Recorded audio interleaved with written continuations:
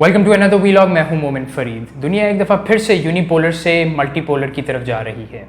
तो अगर बात की जाए कि पाकिस्तान पे इस पे क्या असरात होंगे, तो उससे पहले हम ज़रा तारीख में चलते हैं पाकिस्तान की। 1947 में जिस वक्त पाकिस्तान आज़ाद हुआ तो पाकिस्तान की इंटरनेशनल पावर स्ट्रक्चर जो था वो काफ़ी वल्नरेबल था, क्योंकि उस वक्त वर्ल्ड वॉर 2 एंड हो रही थी और दुनिया मल्टीपोलर से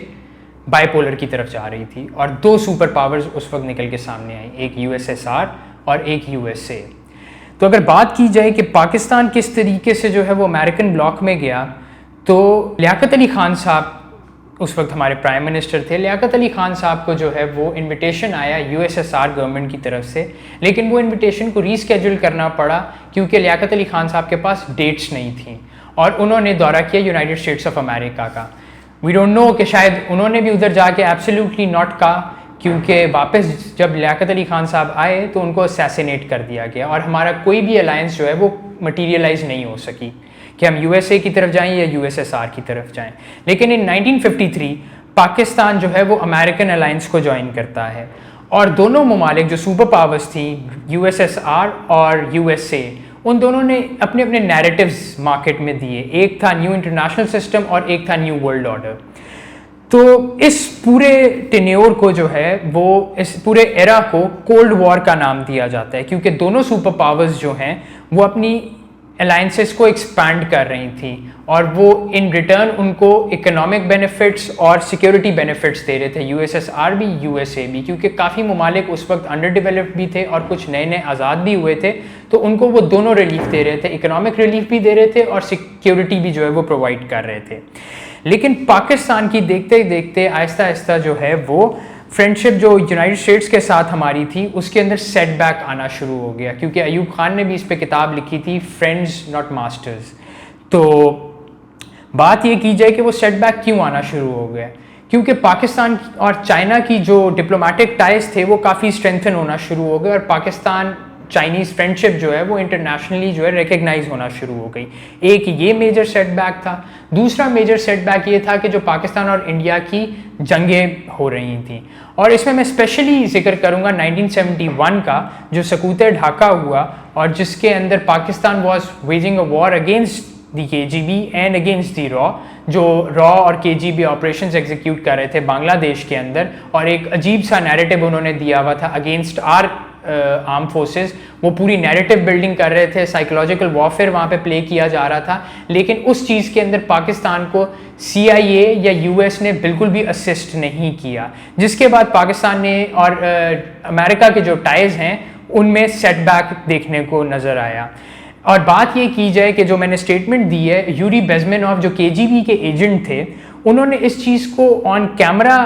बताया है कि जो भी KGB ऑपरेशंस एग्जीक्यूट कर रहा था या रॉ कर रहा था वो CIA को उस चीज़ का बिल्कुल इल्म था, लेकिन किसी किस्म की जो है वो इंटेलिजेंस शेयरिंग पाकिस्तान के साथ नहीं की गई। इस चीज़ को देखते हुए जुल्फ़िकार अली भुट्टो ने जो है वो बायलैटरल टाइज बेहतर करने की कोशिश की रशिया के साथ, क्योंकि जुल्फ़िकार अली भुट्टो भी जो है वो इंडिपेंडेंट फॉरेन पॉलिसी को मानते थे। इसी बेस के ऊपर उन्होंने वियतनाम वॉर में भी जो है वो पार्टिसिपेट नहीं किया US के साथ, उनको असिस्ट नहीं किया, और ना अरब इजराइल वॉर के अंदर पाकिस्तान ने बड़ा अपना स्ट्रेट फॉरवर्ड स्टांस रखा कि वो अरब के साथ खड़ा है, उसके ऊपर भी US की जुल्फ़िकार अली भुट्टो ने नहीं मानी। तो ये दो मेजर रीजंस थी जिसकी वजह से जुल्फ़िकार अली भुट्टो को ये लगा कि हमें अपनी रीजनल जो पॉलिटिक्स है और रीजनल जो हमारे ममालिक हैं, जो हमारे नेबरिंग कंट्रीज़ हैं, उनके साथ हमें अपने डिप्लोमेटिक टाइज और बेहतर करने चाहिए, जिसकी वजह से वो 1972 के अंदर जुल्फ़िकार अली भुट्टो जो है वो सोवियत यूनियन गए और उन्होंने कोशिश की कि जो फॉर्मल रिलेशंस हैं उनको रशिया के साथ नॉर्मलाइज किया जाए,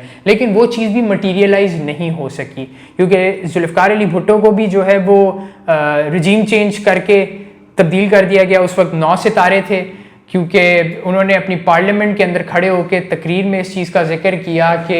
United states is an elephant that does not forgive और फॉरगेट। ये उनके पार्लियामेंट के अंदर खड़े होकर ये अल्फाज थे, और पीछे वजह यही थी कि एक वियतनाम वॉर के अंदर जो है वो असिस्ट नहीं किया गया US को, और दूसरा जो है वो अरब इजराइल वॉर के अंदर पाकिस्तान का बड़ा क्लियर स्टांस था, और तीसरा ये कि पाकिस्तान जो है वो अपनी आज़ाद खारजा पॉलिसी चाहता था, इंडिपेंडेंट फॉरेन पॉलिसी चाहता था। उसके बाद नवाज शरीफ ने भी विजिट किया 25 सालों बाद रशिया का, लेकिन उसमें कोई चीज़ मटीरियलाइज नहीं हो सकी और 1999 के अंदर नवाज शरीफ को भी जो है वो उतार दिया गया। फिर इमरान खान जो है वो मॉस्को विजिट करते हैं और चीज़ें कॉन्क्रीट होना शुरू हो जाती हैं, जिसके बाद उन्होंने हमें वीट पोर्ट करने की भी इजाज़त दे दी और उनसे हम लोग ऑयल भी परचेज़ कर रहे थे जो 30% लेस के ऊपर, जिस तरह इमरान खान ने कहा कि 30% लेस के ऊपर जो है वो रशिया हमें तेल फराहम कर रहा था। तो हमारे डिप्लोमेटिक टाइज जो हैं वो स्ट्रेंथन होते हुए रशिया के साथ नज़र आ रहे। लेकिन फिर एक रजीम चेंज की हवा चली और 9 सितारों के अलावा 11 सितारे सामने आए और उन 11 सितारों ने जो है वो हुकूमत तब्दील की, जिसके बाद जो है वो रशिया के साथ हमारी जो भी डिप्लोमेटिक टाइज थे वो मटीरियलाइज नहीं हो सके। अब जब हम देख रहे हैं कि ये यूनिपोलर से मल्टीपोलर की तरफ दुनिया जा रही है, तो पाकिस्तान के जो क्लोज एड ममालिक हैं, क्योंकि हमारे ईरान के साथ भी अच्छे रिलेशंस हैं और सऊदी अरब के साथ भी अच्छे रिलेशंस हैं, और पाकिस्तान ने बड़ी कोशिश की कि इन दोनों ममालिक को जो है वो इकट्ठे एक टेबल के ऊपर लाया जाए और इन दोनों के जो है वो डिप्लोमेटिक टाइज बेहतर किए जाएं। वो पाकिस्तान तो ना कर सका, लेकिन चाइना ने वो बड़े अच्छे तरीके से रोल प्ले कर दिया और वो इस वजह से पाकिस्तान के फायदे में था, क्योंकि पाकिस्तान का जो इंटरेस्ट है, नेशनल इंटरेस्ट है, वो दोनों मुल्कों के साथ मिलता है। तो चाइना ने ये बड़ा एक इम्पॉर्टेंट रोल प्ले किया और चाइना ने एक तरीके से ये बताया कि इस खिते में जो control United states of America का था वो अब ख़त्म होता जा रहा है और बाकी ममालिक भी जो हैं वो मल्टीपोलर शिफ्ट को जो है वो देख रहे हैं और अपनी फॉरेन पॉलिसी उसके अकॉर्डिंगली बना रहे हैं। तो बेसिकली जो रीज़न क्या था कि सऊदी अरब और ईरान की जो रिकन्सिलिएशन हुई है और उनके डिप्लोमेटिक टाइज जो हैं वो बेहतर हुए हैं, उसकी वजह ये थी कि जब से ये डिक्लाइन हुआ है यूरोपियन कॉलोनियल एम्पायर्स का, यूनाइटेड स्टेट्स जो है वो सोल मिलिट्री सुप्रीम लीडर था मिडल ईस्ट के अंदर, और उसके बाद वो अपना नेटवर्क जो है वो पार्टनरशिप इजराइल के साथ पार्टनरशिप में अपना नेटवर्क जो है वो यूज़ करता था और एनर्जी रिसोर्सेज जो है वो एक्सप्लॉइट करता था गल्फ के। उसके बाद जो है वो यूनाइटेड स्टेट्स ने जो है वो अपनी सिक्योरिटी गारंटर बना हुआ था for different middle east countries, लेकिन बाद में उन्होंने ये देखा कि ये तो सारा कुछ जो भी है वो बेनिफिट जो है वो यूएस मिलिट्री इंडस्ट्रियल कॉम्प्लेक्स को जा रहा है। सऊदी अरब ने भी ये देखा और भी दीगर ममालिक ने ये देखा, तो उन्होंने ये किया कि जो ये पॉलिसीज़ यूएस ने बनाई हुई हैं, इससे जो पॉलिसीज़ थी यूएस की, इस खिते को जो है यूनाइटेड स्टेट्स ने इनस्टेबल या अनस्टेबल रखना था ताकि यूएस मिलिट्री इंडस्ट्रियल कॉम्प्लेक्स जो है वो चलता जाए, क्योंकि यू नो कि 70% और से ज़ायद जो यूएस की इनकम है वो वेपन्स सेल करने से होती है। तो दीज वर द पॉलिसीज, जिसके बाद जो है वो सऊदी अरब और ईरान केम क्लोज, और उसके बाद लैक ऑफ एलाइज, क्योंकि जब से जो है वो रशिया यूक्रेन वॉर जो है वो शुरू हुई है तो उसका जो है वो ग्लोबल इकोनॉमी पे बड़ा एक इम्पैक्ट पड़ा है और गल्फ कंट्रीज़ ने बड़ा स्ट्रेट फॉरवर्ड जो है वो स्टांस लिया कि उन्होंने जो है वो अमेरिकन ब्लॉक में नहीं गए और उन्होंने जो है वो अपनी पोजीशन बड़ी वाज़ेह रखी, और उसके साथ साथ उन्होंने ये भी डिक्लाइन कर दिया कि जो रशिया के अगेंस्ट सैंक्शंस लग रही हैं उसको भी उन्होंने जो है वो डिक्लाइन किया, और उसके अलावा उन्होंने उल्टा जो है वो रशिया के साथ अपने टाइज को और मज़ीद स्ट्रेंथन किया। जब स्ट्रेंथन उनके साथ जो है वो टाइज किए तो उसके बाद उन्होंने अपनी जो ऑयल प्राइसेस थी वो रशिया के साथ मिलके उनको भी बैलेंस और मेंटेन किया। उसके बाद उन्होंने चाइना के साथ जो है वो मैसिव ट्रेड शुरू कर दी, क्योंकि उनके इंटरेस्ट जो है वो सबसे ज़्यादा उनको नज़र आ रहा था कि इतनी बड़ी मार्केट है, तो उन्होंने ट्रेड जो है वो चाइना के साथ स्टार्ट कर दी। और उसके बाद जो है जो इजराइल और यूएस का जो ब्लॉक था उसके जो ओवरऑल होल्ड था वो ख़त्म होता हुआ नज़र आ रहा था। दूसरी बात ये कि सऊदी इस वजह से भी उधर चाइना की तरफ गए और दे आस्क्ड चाइना कि हम लोगों के बीच में वो एज आर्बिट्रेटर बैठें और डिप्लोमेटिक टाइज को हमारे स्ट्रेंथन करें। वो इस वजह से कि यूएस के जो सिक्योरिटी कंसर्न, जो यूएस सिक्योरिटी गारंटर बना हुआ था, उनके इंटरेस्ट जो है वो ख़त्म होते जा रहे थे सऊदी अरब के अंदर से, और सऊदीज़ जो हैं उनको वो डर था जो 2019 में जो अरामको ऑयल फैसिलिटी के अंदर जो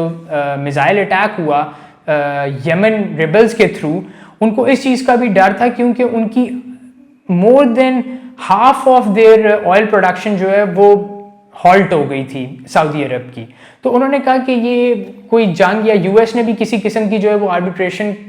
नहीं कर सका, डिप्लोमेटिक टाइज स्ट्रेंथन नहीं कर सका। बेशक ईरान पे जितनी मर्जी सैंक्शंस हैं या सारा कुछ है, लेकिन उनको किसी किस्म का जो है वो फ़ायदा नज़र नहीं आ रहा था। और उसके बाद जो है वो रिसेंट ईयर्स के अंदर यूएई और सऊदी अरब ने जो है वो यमन रिबल्स के जो है वो अटैक्स देखे। उसके बाद उन्होंने वो चाइना की तरफ चले गए और उन्होंने कहा कि हमारे डिप्लोमेटिक टाइज को बेहतर किया जाए, क्योंकि war is not the only solution, table talk is. और वो आपने देखा कि रिकन्सिलिएशन जो है वो सऊदी अरब और ईरान की जो है वो हो गई। और चाइना की जो पॉलिसी है वो पॉलिसी ये है कि वो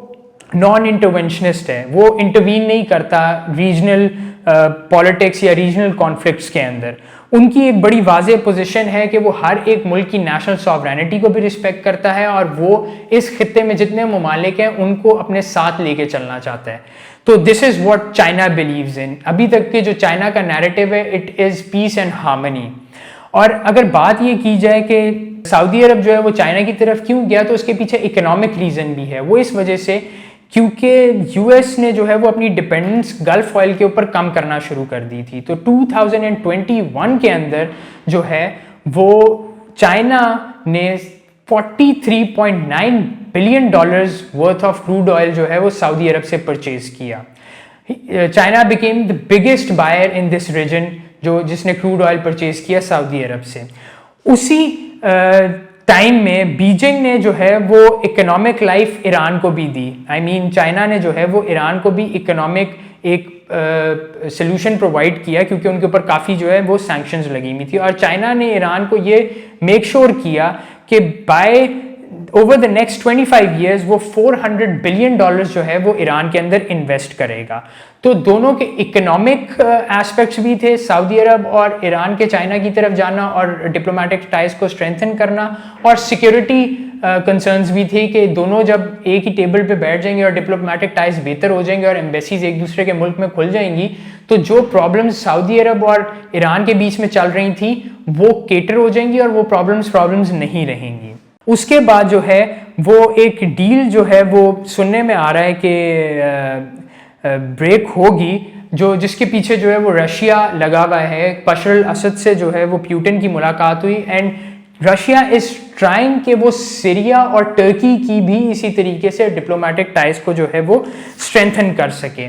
क्योंकि रशिया और चाइना इस पूरे रीजन को, इस पूरे खित्ते को जो है वो बेहतर चाहते हैं, ताकि यहाँ पे इकोनॉमिक हार्मनी, पीस हार्मनी और सिक्योरिटी कंसर्न्स ना रहें। हर बंदा अपनी इकोनॉमी को और बेहतर से बेहतर करता जाए। जितना बेहतर अपना नेबरिंग कंट्री होगी उतना जो है वो सिक्योरिटी कंसर्न्स दूसरे मुल्क के लिए कम होते जाएंगे। सो वो एक ब्लॉक बन रहा है रशिया और चाइना, जिसको जो है वो एक तरीके से लीड कर रहे हैं। इसके बाद जो है अगर हम देखा जाए कि ये आपका जो कौन कौन से ममालिक हैं कि उनके ऊपर कितना जो है वो किन किन ममालिक के ऊपर क्या क्या इफेक्ट होना है इस रिकन्सिलिएशन का, तो सबसे पहले बात करते हैं यमन की। यमन जो है वो काफ़ी अरसे से सिविल वॉर के अंदर है और एक साइड को जो है वो जो रेबल्स हैं उनको ईरान सपोर्ट कर रहा है और जो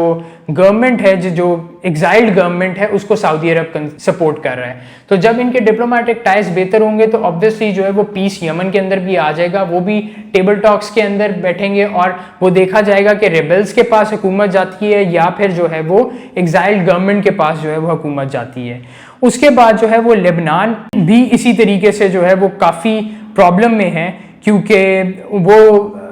फाइनेंशियल मेल्टडाउन जो है वो लेबनान देख रहा है। और उसके बाद ये देखा जा रहा है कि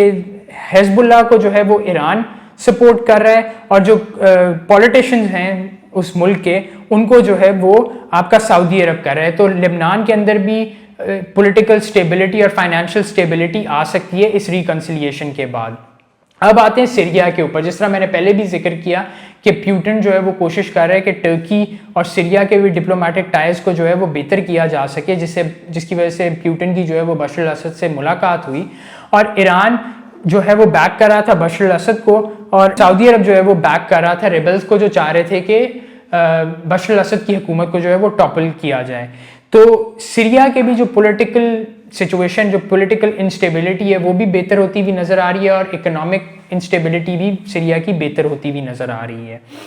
उसके बाद ईरान ने भी बहुत सी जो है वो इंटरनेशनल सैंक्शंस का सामना उसको करना पड़ा है सिंस 2015। तो जो ये डिप्लोमेटिक टाइज इन दोनों के खुले हैं और चाइना ने भी जिस तरीके से अपना इंटरेस्ट शो किया है ईरान के अंदर, तो उसके बाद ईरान को भी एक ब्रीदिंग स्पेस मिली है फॉर देयर इकोनॉमी। और अगर बात ये की जाए कि जो ये नॉर्मलाइज हुई हैं ईरान और सऊदी अरब के टाइज, तो इससे पाकिस्तान को क्या फ़ायदा होना है। ईरान जो है वो हमारा नेबर है और पाकिस्तान और ईरान के जो ट्रेडिंग पार्टनरशिप है उसका काफ़ी बड़ा इम्पैक्ट है और वो काफ़ी इम्पॉर्टेंट है। एक ये चीज़ बेहतर होगी। दूसरा ये कि पाकिस्तान के जो रिलेशंस हैं और जो आपका सऊदी अरब और ईरान के साथ, क्योंकि जिस वक्त पाकिस्तान सऊदी अरब ब्लॉक में जाता था तो ईरान गवर्नमेंट जो है वो नाखुश हो जाती थी, वो ईरान की साइड पे जाते थे तो फिर सऊदी अरब गवर्नमेंट नाखुश हो जाती थी। तो इस वजह से हम लोगों को न्यूट्रल फॉरेन पॉलिसी रखने का मौका मिलेगा, क्योंकि दोनों ममालिक के इंटरेस्ट पाकिस्तान में भी है और पाकिस्तान के भी इंटरेस्ट दोनों ममालिक के अंदर हैं। तो वो इस तरीके से है। और उसके बाद पाकिस्तान को एक ठीक ठाक इकोनॉमिक सपोर्ट और पॉलिटिकल सपोर्ट भी मिलेगी, क्योंकि ईरान के पास भी क्रूड ऑयल है, रशिया के पास भी क्रूड ऑयल है। उसके बाद आपका जो कश्मीर इशू है उसके लिए भी पाकिस्तान को काफ़ी बेहतर सपोर्ट मिलेगी from Iran, from Saudi Arab, from China, from Russia. वो लेकिन तब जब पाकिस्तान वापस यूएस ब्लॉक में नहीं जाएगा और अपनी इंडिपेंडेंट फॉरेन पॉलिसी को देखते हुए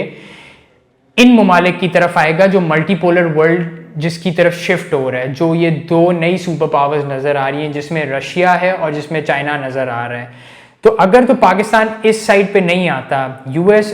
की तरफ वापस चला जाता है, तो पाकिस्तान इस पूरे खित्ते में आइसोलेट हो जाएगा। जैसे अभी आपको मैंने सारा बताया कि कौन कौन से ममालिक इस रिकन्सिलिएशन के बाद जिनको फ़ायदा होगा, तो वो फ़ायदा पाकिस्तान को भी होगा, लेकिन वो तब होगा जब पाकिस्तान जो है वो अपना शॉर्ट फॉरेन पॉलिसी जो है वो न्यूट्रल रखे, इंडिपेंडेंट फॉरेन पॉलिसी रखे, रशिया के साथ अपने डिप्लोमेटिक टाइज बेहतर करे, ईरान के साथ बेहतर करे, सऊदी अरब के साथ बेहतर करे और चाइना के साथ बेहतर करे। अगर वापस हम यूएस ब्लॉक में जाते हैं तो ये पूरा खित्ता रशिया और चाइना की सपोर्ट के अंदर आ गया है। जिस तरीके से चाइना ने अपनी इकोनॉमिक सिक्योरिटी और आपकी दूसरी चीज़ों की गारंटी दी है टू ईरान, उसी तरीके से रशिया ने भी सीरिया को जो है वो काफ़ी गारंटीज दे के कोशिश कर रहा है कि वो टर्की के साथ जो है वो उनके टाइज बेहतर किए जाएं। तो इन सारी सिचुएशन को देखते हुए यही चीज़ नज़र आती है कि पाकिस्तान अगर अपनी फॉरेन पॉलिसी को आज़ाद रखते हुए इन सारे ममालिक के साथ अपने डिप्लोमेटिक टाइज को बेहतर कर सकता है, तो पाकिस्तान की इकोनॉमी बेहतर होगी, पाकिस्तान में पॉलिटिकल स्टेबिलिटी आएगी। और एक और मज़े की बात, सिर्फ यूनाइटेड स्टेट्स ने अपना वो दिखाने के लिए कि वो अभी भी इस खित्ते के अंदर एग्जिस्ट करता है, जो साउथ वज़ीरिस्तान के अंदर उन्होंने अटैक किया, ड्रोन अटैक जो हुआ है, वो सिर्फ ये जो रिकन्सिलिएशन हुई है सऊदी अरब और ईरान की, सिर्फ चाइना को ये बताने के लिए की है कि उनको ये आइडिया हो जाए कि यूएस इज स्टिल अराउंड। जिस वजह से उस इंटरव्यू के अंदर इमरान खान ने कहा था कि हम अपनी एयर स्पेस बिल्कुल भी नहीं किसी मुल्क को देंगे कि हमारी एयर स्पेस यूज़ हो दूसरे ममालिक के ऊपर इंटेलिजेंस सर्विस करने के लिए या किसी किस्म की स्ट्राइक्स करने के लिए पाकिस्तान नहीं देगा। पाकिस्तान अपनी इंडिपेंडेंट फॉरेन पॉलिसी रखेगा। तो ये जो पूरी रिजीम चेंज चली है जिसके बाद आपने देखा कि खान को निकाला गया है, उसके पीछे ये इंटरनेशनल पॉलिटिक्स थी, इंटरनेशनल पावर्स लगी हुई थी कि जो है पाकिस्तान को अब यूएस ब्लॉक में ही रहना चाहिए। क्यों? क्योंकि यूएस को पता था कि पाकिस्तान की जो जियो स्ट्रेटेजिक लोकेशन है वो यहाँ पे बैठ के सारे ममालिक के ऊपर जो है वो नज़र रख सकता है। लेकिन अगर पाकिस्तान अपनी इकोनॉमिक बैकबोन को मज़ीद स्ट्रॉन्ग करना चाहता है, जो कि हम अभी क्राइसिस के अंदर हैं, उसके बाद पॉलिटिकल स्टेबिलिटी लाना चाहते हैं और आज़ाद फॉरेन पॉलिसी रखना चाहते हैं, तो आई गेस पाकिस्तान को जो है वो इन ममालिक के साथ अपने डिप्लोमेटिक टाइज बेहतर करने चाहिए without any influence from United states of America. इसी के साथ मुझे दीजिए इजाज़त। अल्लाह हाफ़िज़।